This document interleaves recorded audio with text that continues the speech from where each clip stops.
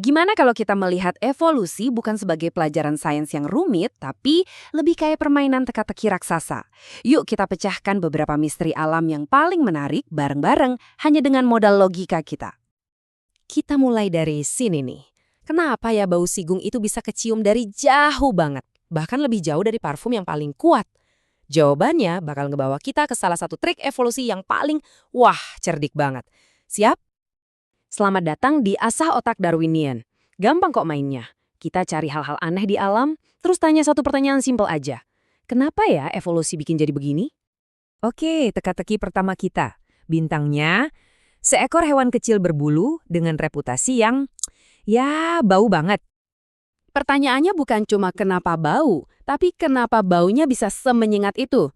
Ini tuh kayak dirancang biar kita nggak bakal pernah lupa. Pasti ada alasan evolusionernya di balik ini semua. Dan senjata ini efektif banget. Sigung itu bisa nembakin semprotannya dengan akurasi tinggi ke target yang lagi gerak dari jarak 3 meter loh. Jadi ini bukan sekedar bau, ini sistem pertahanan presisi.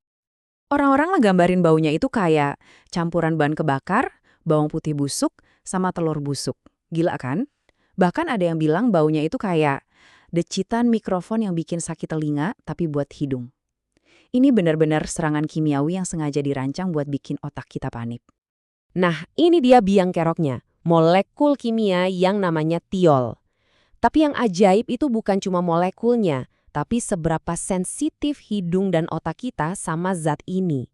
Kita bisa deteksi tiol dalam jumlah yang kecil banget.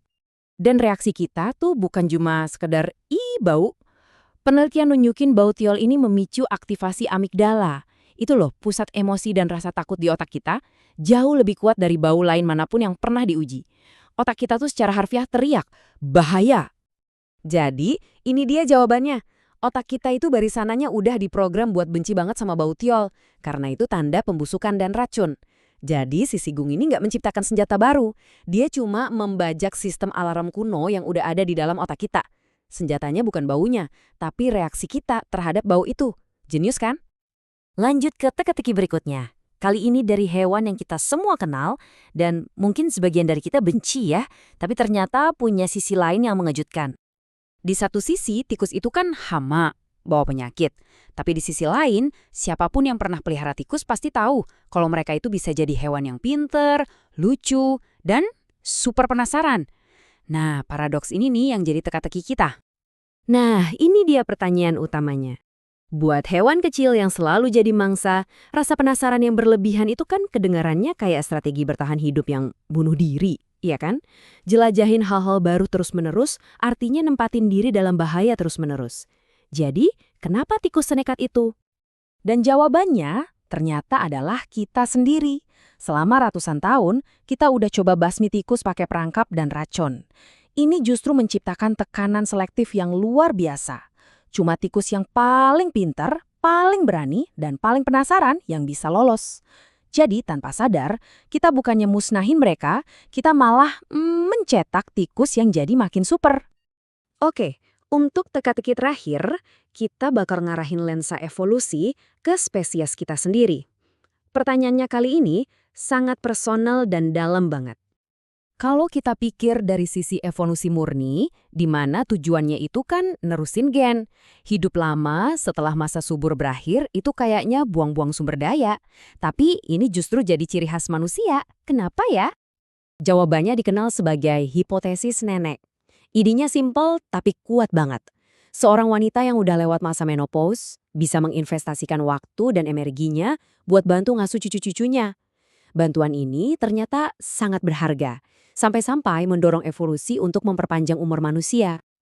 Dan ini bukan cuma teori loh, datanya ada. Sebuah studi besar nunjukin kalau kehadiran seorang nenek dari pihak ibu, seperti yang bisa Anda lihat di sini, secara signifikan ningkatin peluang cucunya buat bertahan hidup sampai dewasa.